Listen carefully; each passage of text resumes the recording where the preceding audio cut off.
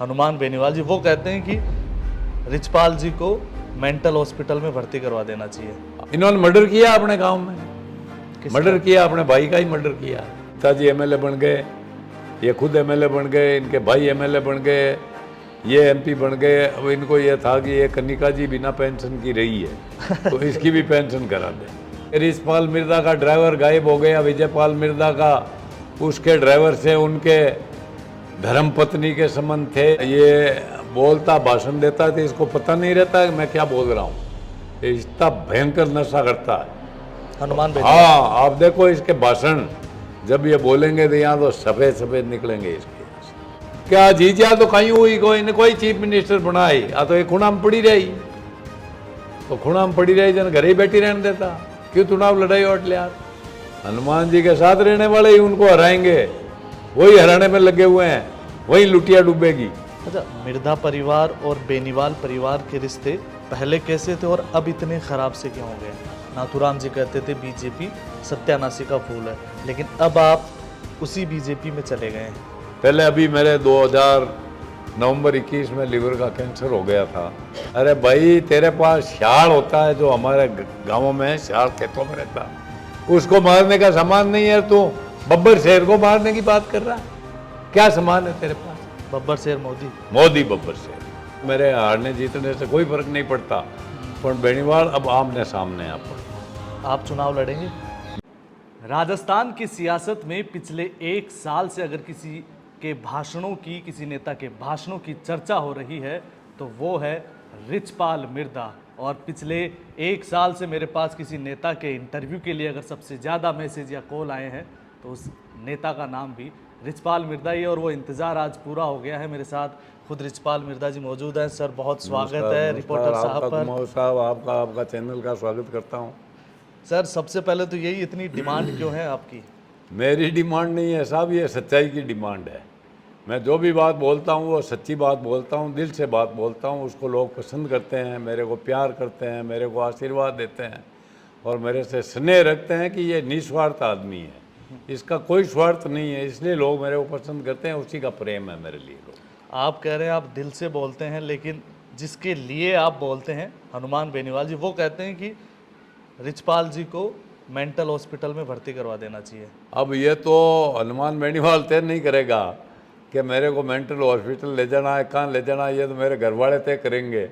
और अगर मेरी मानसिक स्थिति ठीक नहीं है तो आप भी अभी कह दोगे कि भाई रिचपाल जी आपका मानसिक संतुलन खराब है। इसलिए क्या है कि ये जो ये प्रचार है ना इसका, कि रिचपाल मिर्जा भाषण में गाली देता है, रिचपाल मिर्जा नागौर जिले के लोगों को भैंसे बना देता है, रिचपाल मिर्जा नागौर जिले के लोगों को कभी कुछ कह देता है, कभी कुछ कह देता है, ये सब इसकी बनावटी बातें हैं।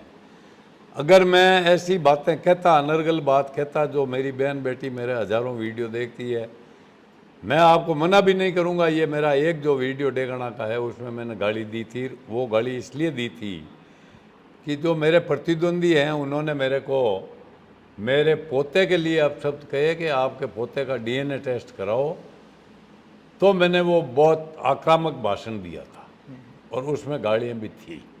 मैं नहीं कहता गाली नहीं थी, पर वो गाली एक व्यक्ति विशेष के लिए थी, उसके परिवार के लिए थी। उसने मेरे परिवार पर ऐसे आरोप लगाए कि रिचपाल मिर्जा का ड्राइवर गायब हो गया, विजयपाल मिर्जा का, उसके ड्राइवर से उनके धर्मपत्नी के संबंध थे, ऐसी बातें कही। मेरे पोते पर आरोप, डीएनए टेस्ट कराओ, इससे फिर मेरे को गुस्सा आया। मैंने कहा मैंने व्यक्तिगत आरोप राजनीति में आज तक किसी पर नहीं लगाए, इसने ऐसी बातें कही है। फिर उनकी 2-4 बातें मेरे जो थी मेरे पास उनको खुला खुला फेंका, तो फिर उनको आग लग गई। इसलिए हनुमान बेनीवाल कहते हैं कि ये मानसिक संतुलन बिगड़ गया, ये कार्टून है। हाँ, हम कार्टून है भाई, जब भी तो तुम्हारे पिताजी को 2 बार मेरे बड़े फादर ने एमएलए बनाया, इसलिए हमने तुम्हारी 302 में मदद की। कार्टून नहीं होते थोड़ी की। आपने मदद की है, बिल्कुल निकलवाया है साहब। ये नागौर जिले की पूरी जनता जानती है। और वो निकालने वाले और निकलवाने वाले तीनों आदमी ऊपर चले गए। स्वर्गीय भैरव सिंह शेखावत, चौधरी सावरलाल जी और डीजी शांतनु कुमार साहब। क्या किया था इन्होंने मर्डर किया अपने गांव में, मर्डर किया, अपने भाई का ही मर्डर किया। आप पूछना, ये एक बार आप नागौर जाओ तो इनका गांव है बनगांव, वहाँ जाके ज़रूर आना आप, पूरी कहानी आपको सामने आ जाएगी। बनगांव जाके जरूर आना आप, आपको पूरा पता लग जाए। लोग ये कह रहे हैं कि रिचपाल जी पीछे पड़ गए हनुमान बेनीवाल के। देखो साहब, रिचपाल मिर्जा के पीछे पड़ो की कोनी हुए, नागौर जिला की जनता पीछे पड़ी नहीं, जरा ही को काम हुई। रिचपाल मिर्जा तो लाडला 2 साल हुई के लार लगी उड़ो है, और वो मारे लार लगी उड़ो है। वो कहीं बोले ज्योति मिर्जा को 2009 में मैं टिकट दिरायो, रिचपाल मिर्जा अरबी को बेटो आर मारा पग पकड़ लिया, हरेंद्र मिर्जा ने मैं जीतायो। भाई साहब, जका मैं बात की हूँ 2 बार तो आगा पिताजी ने एमएलए बनाया, 302 में मदद करी। हनुमान जी बेनीवाल को बस चले तो लोग तो हमारे मारवाड़ी में यहाँ से जब कोई की डेथ हो जाती है तो उनको गंगा जी ले जाते हैं, और इनका बस चलता तो ये गंगा जी से 100 किलोमीटर आगे उत्तराखंड में हमारे को डाल के आते। ऐसा क्यों? ऐसा है, इनको अब दिखता है कि भाई इनके हमारे 36 का आंकड़ा है। राजस्थान में ही अगर कोई सबसे पहले इसके खिलाफ बोला है तो रिचपाल मिर्जा बोला। ये तो है, मतलब अब लोग कहने लगे हैं कि बेनीवाल जी को बोलने में अगर कोई टक्कर का आदमी मिला है तो रिचपाल सबसे पहला बोला है, सबसे पहला विरोध हुआ है मेरे क्षेत्र में। मेरे को कहा तेरे बेटे को मैं हरवाने के लिए आया हूँ, मैं हरा देना, मेरे हारने जीतने से कोई फर्क नहीं पड़ता, पर बेनीवाल अब आमने सामने अपन। और वो भाग छूटा वहाँ से, 10 लड़कों ने भगा दिया इसको, और उसके बाद में लगातार ये आक्रमण कर रहा है मेरे ऊपर, ज्योति के ऊपर, हमारे परिवार के ऊपर। ये बहुत इसकी हमारी बहन बेटी के लिए इसके संस्कार ऐसे ही हैं, बोलता रहता है। मैंने आप पूरे हमारे वीडियो भाषण देखो, कभी इनकी धर्मपत्नी के नाम एक शब्द ही बोला है क्या? क्यों बोलूँ मैं? वो मेरी बिटिया के बराबर है, क्या बोलूँ मैं उनके लिए? कारनामे सारे इसने किए, उसके क्या दोष है? तो उनका दोष तो ये है कि वो इनके पीछे आई है, उन्होंने चुनाव लड़ लिया। अगर वो इस चुनाव में नहीं उतरती, सामान्य कार्यकर्ता को टिकट देके अगर आप मैदान में उतार देते तो ये चुनाव अलग तरीका का हो सकता था। आपको क्या लगता है बेनीवाल जी ने अपनी पत्नी को टिकट, कनिका बेनीवाल को क्यों चुनाव लड़ाया? देखो साहब, इनके पिताजी एमएलए बन गए, ये खुद एमएलए बन गए, इनके भाई एमएलए बन गए, ये एमपी बन गए। अब इनको ये था कि ये कनिका जी बिना पेंशन की रही है तो इसकी भी पेंशन करा दे, यही मतलब था इनका। और इन्होंने खुद ने कहा, इनका वीडियो सुनो, क्या जीजा तो कहीं हुई को इन्हें कोई चीफ मिनिस्टर बनाई, तो ये खुणा में पड़ी रही, तो खुणा में पड़ी रही जन घर ही बैठी रहने देता, क्यों चुनाव लड़ाई और यार? ये इनकी खुद की भाषा है, रिचपाल मिर्जा नहीं कह रहा, ये खुद कह रहे हैं। अब बताओ आप। अच्छा, ये जो ज्योति मिर्धा को लेकर हो, चाहे दिव्या मदेरणा को लेकर हो, और एक बयान का जिक्र आपने कर ही दिया, तो महिलाओं को लेकर काफ़ी चर्चा होती है कि इस तरीके के बयान कैसे देते हैं ये तो भाई साहब वो कोई नहीं कौन बख्श है, सब पर अभद्र टिप्पणियाँ, बोलने का लहजा, ये बोलता भाषण देता है तो इसको पता नहीं रहता है कि मैं क्या बोल रहा हूँ। ये इतना भयंकर नशा करता है हनुमान बेनीवाल। हाँ, आप देखो इसके भाषण, जब ये बोलेंगे तो यहाँ तो सफ़ेद सफ़ेद निकलेंगे इसके यहाँ से। मैं गलत नहीं कह रहा हूँ, आप बहुत भारी नशा करता है। जब इसका नशा उतरेगा तो जाके अंदर जाके वो लेके चाय पी के फिर आके करंट निकलेगा इसका। चाय में मिला के पीते हैं नशा? चाय के पहले लेते हैं फिर चाय पीते हैं। अच्छा, तो ये आदमी क्या बोलता है क्या नहीं बोलता है इसको कोई पता नहीं है। मेरा मानसिक संतुलन आपको ख़राब लगा क्या? नहीं। आप मेरे को कोई भी सवाल पूछ लो, अगर मैं कहीं चूक जाऊँ तो आप मेरा इसमें कह देना कि इसका मानसिक संतुलन खराब है। हनुमान जी के साथ रहने वाले लोग, हनुमान जी के साथ रहने वाले ही उनको हराएंगे, वही हराने में लगे हुए हैं, वही लुटिया डूबेगी। अच्छा, हाँ, वहाँ लुटिया डूबेगी। हर आदमी चाहता है साहब कि ये अब की हार जाए। जिस तरीके से इसने जाट समाज को ख़त्म करने का काम किया है, हर जाट के मन में ठीस है कि इसका काम तमाम हो जाए। और साहब एक आदमी का टाइम आता है, 20 साल हमारा भी था, 40 साल हमारे बड़े फादर का था, तो अब हमारा टाइम निकल गया वापस थोड़ी आता है। और आता है तो हम ऐसे कारनामे थोड़ी करते हैं। हमने जो राजनीति की है, ईमानदारी की, स्वाभिमान की, निस्वार्थ और अपने घर के खर्चे से लगाकर हमने सारे चुनाव लड़े हैं, और मेहनत की कमाई से। मैं 10 साल मैंने हाथ से ट्रक चलाया। मेरे परिवार के बारे में अभी मैंने एबीपी वालों को बताया कि साहब इस जो ज़मीन को जोतने का खातेदारी हक दिया था वो स्वर्गीय बलदेव राम मिर्जा और स्वर्गीय नाथूराम मिर्जा जी ने दिया था जी। तो लोग आज भी मानते हैं उस बात को। हमारे परिवार आज तक मेरे को 40 साल में भरी सभा में जब मैं भाषण दे रहा हूं या दे दिया तो किसी व्यक्ति ने उठ के ये नहीं कहा कि तू रिछपाल मिर्जा गलत बोल रहा है। अच्छे अच्छे को लोग नीचे बैठा देते हैं, अच्छे अच्छे नेताओं को, पर रिछपाल मिर्जा के साथ ऐसा कभी नहीं हुआ। क्यों नहीं हुआ? कि मैं दिल से कहता हूँ, प्यार से कहता हूँ, और जनता और 36 कौम के लोग मुझे प्यार करते हैं कि ये पद पे है नहीं है, पर इसके पास चलेंगे, जो इसे बनेगा ये फ़ोन कर देगा फटाफट। अच्छा, मिर्धा परिवार और बेनीवाल परिवार के रिश्ते पहले कैसे थे और अब इतने खराब से क्यों हो गए हैं?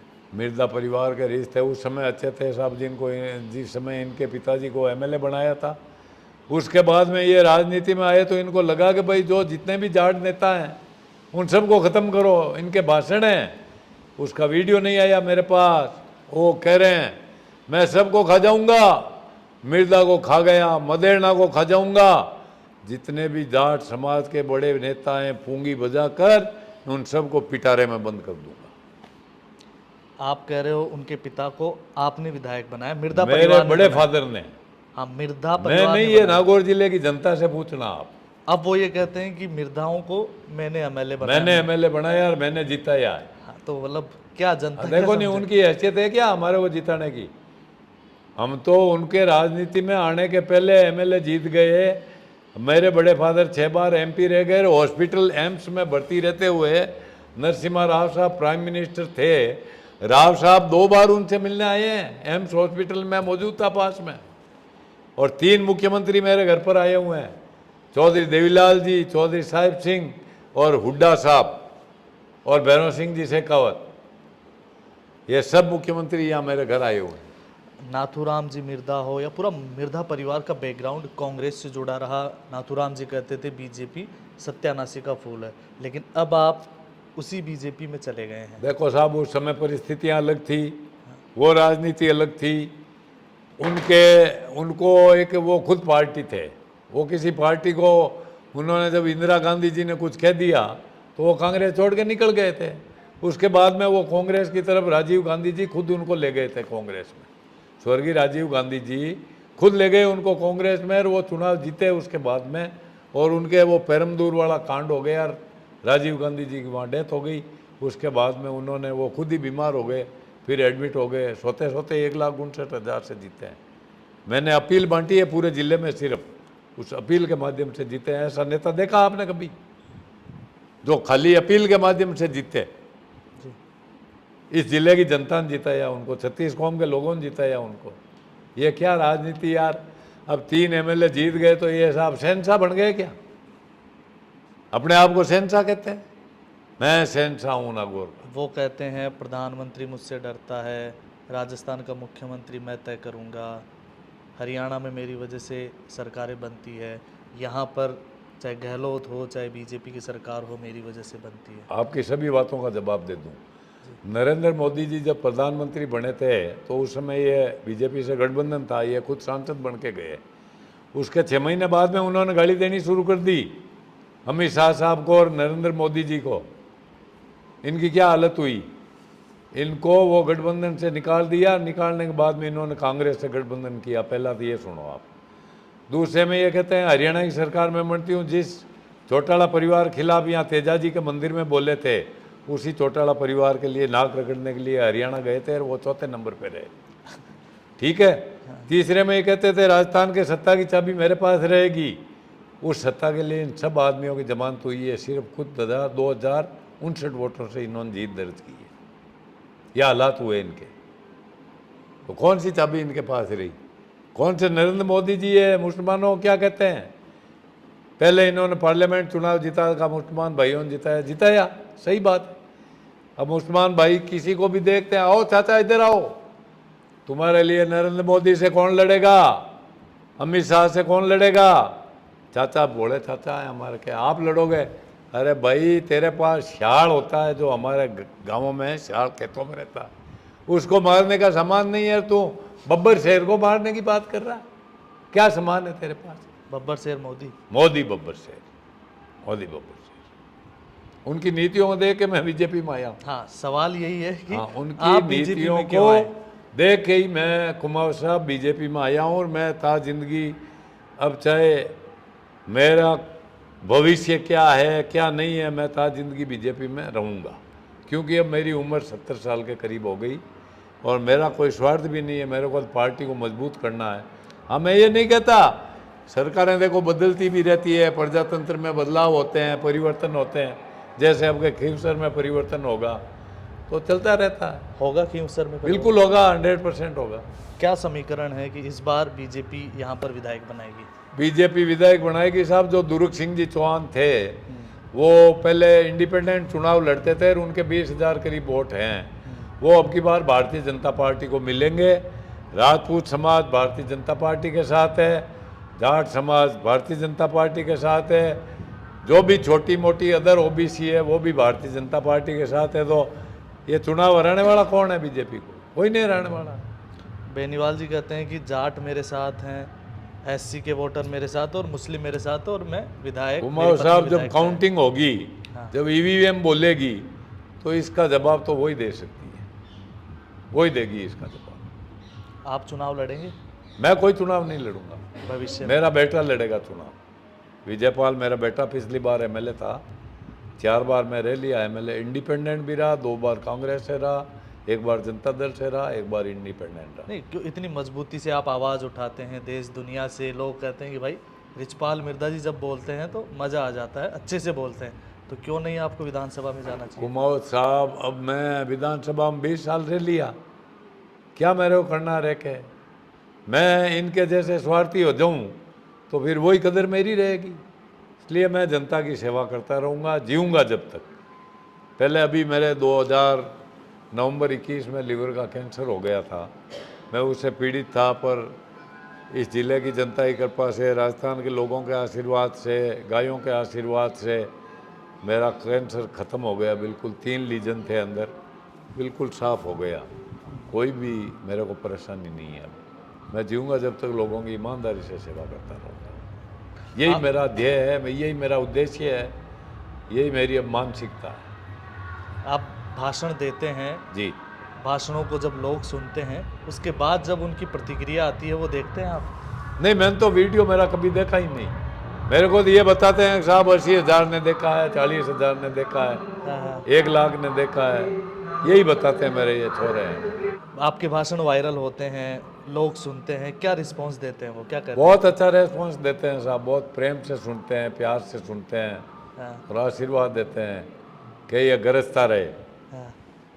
कहाँ से फ़ोन आते हैं आपके पास? सब जगह से फ़ोन आते हैं साहब मेरे पास। देखो, अमेरिका, ऑस्ट्रेलिया, न्यूजीलैंड और कनाडा तक के फ़ोन आए हैं। क्या कहते हैं? वहाँ हमारे लोग हैं, उन्होंने कहा भाई साहब आपके मैंने वीडियो देखे हैं, बहुत ही अच्छे लगे। आप जो मारवाड़ी भाषा में बोलते हो, अब तो ये आपके चैनल हिंदी के हैं तो इसलिए मैंने हिंदी में कही है बात, बाकी मैं मारवाड़ी में कहता हूँ कि आपको बहुत आपकी भाषा बहुत प्यारी लगी, आपके डायलॉग अच्छे हैं, पसंद आए, यही बात कहते हैं कुमार साहब। तभी बीजेपी ने स्टार प्रचारक बना दिया। अब स्टार प्रचारक तो बीजेपी के नेतृत्व का और बीजेपी के जो यहाँ संगठन के लोग हैं, आरएसएस के लोग हैं, उनका मेरे प्रति प्रेम है, जब बना दिया। अच्छा, लंबे टाइम तक आपने कांग्रेस में काम किया, लेकिन अब खींवसर में कांग्रेस की जो स्थिति हो गई है उसको लेकर क्या कहेंगे आप? खींवसर में कमज़ोर है साहब कांग्रेस।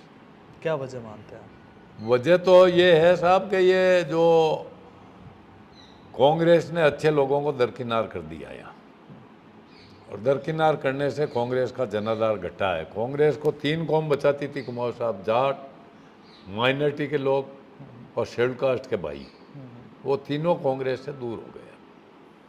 मतलब माइनॉरिटी का वोट भी आप देखो तो अगर कांग्रेस का उम्मीदवार माइनॉरिटी का है तो ही 100% वोट मिलते हैं, नहीं तो ये अब की बार माइनॉरिटी का यहाँ जो खींवसर वोट है 3 धड़ों में बढ़ जाएगा। कांग्रेस को भी जाएगा, हनुमान जी को जाएगा और इसको बीजेपी को भी जाएगा। कुछ नेताओं के नाम लूँगा और उसके ऊपर आपकी प्रतिक्रिया। सबसे पहला नाम नरेंद्र मोदी जी। नरेंद्र मोदी जी इस देश के प्रधानमंत्री हैं और ये 11वां साल चल रहा है। मेरे हिसाब से वो व्यक्ति इस देश का ऐसा प्रधानमंत्री है कि जिस पर आम हिंदुस्तानी को गर्व होना चाहिए। जो उन्होंने इस हिंदुस्तान की इज्जत बार विदेशों में बढ़ाई है, वो कोई भी प्रधानमंत्री नहीं बढ़ा सकता। और मैं ईश्वर से यही प्रार्थना करता हूँ कि ये आदमी स्वस्थ रहे और लंबे समय तक भारत का प्रतिनिधित्व करते रहें और जब ये वृद्धावस्था में हो जाए तो ये 5 साल रिमोट से भी सरकार चला के दिखा दे, ये मेरी तमन्ना है। राहुल गांधी? राहुल गांधी जी राजनीति में उनको एक तो हिंदुस्तान का मूल जो कल्चर है उस कल्चर का उनकी जानकारी नहीं है। कल्चर की, हिंदुस्तान का आदमी क्या खाता है, क्या पहनता है, कैसे रहता है, उनको जो भाषण लिख के दे देते हैं तो वो भाषण पढ़ देते हैं, इसलिए उनको इतना अनुभव नहीं है। नरेंद्र मोदी जी को भी आपने देखा क्या लिखा हुआ भाषण पढ़ते हैं? कभी नहीं पढ़ते वो। आपके अपने अंदाज में जवाब दीजिएगा। अशोक गहलोत? अशोक गहलोत जी राजस्थान के लीडर हैं हाँ। और राजस्थान के लीडर होने के नाते मैं उनका सम्मान करता हूँ। कनपट्टी संकरिया? नहीं, वो तो मैंने आम जनरली बात कही थी कि मैं भाई शंकरिया कनपट्टी मार पार्टी में हैं, उनके लिए मैंने ये नहीं कहा था, विशेष व्यक्ति के लिए मैंने पार्टी के लिए बात कही कि ऐसे लोग हैं यहाँ। डोटासरा जी? डोटासरा जी अच्छे नेता हैं, अच्छे नेता। बिल्कुल, बहुत धन्यवाद। धन्यवाद कुमार साहब, आपको बहुत।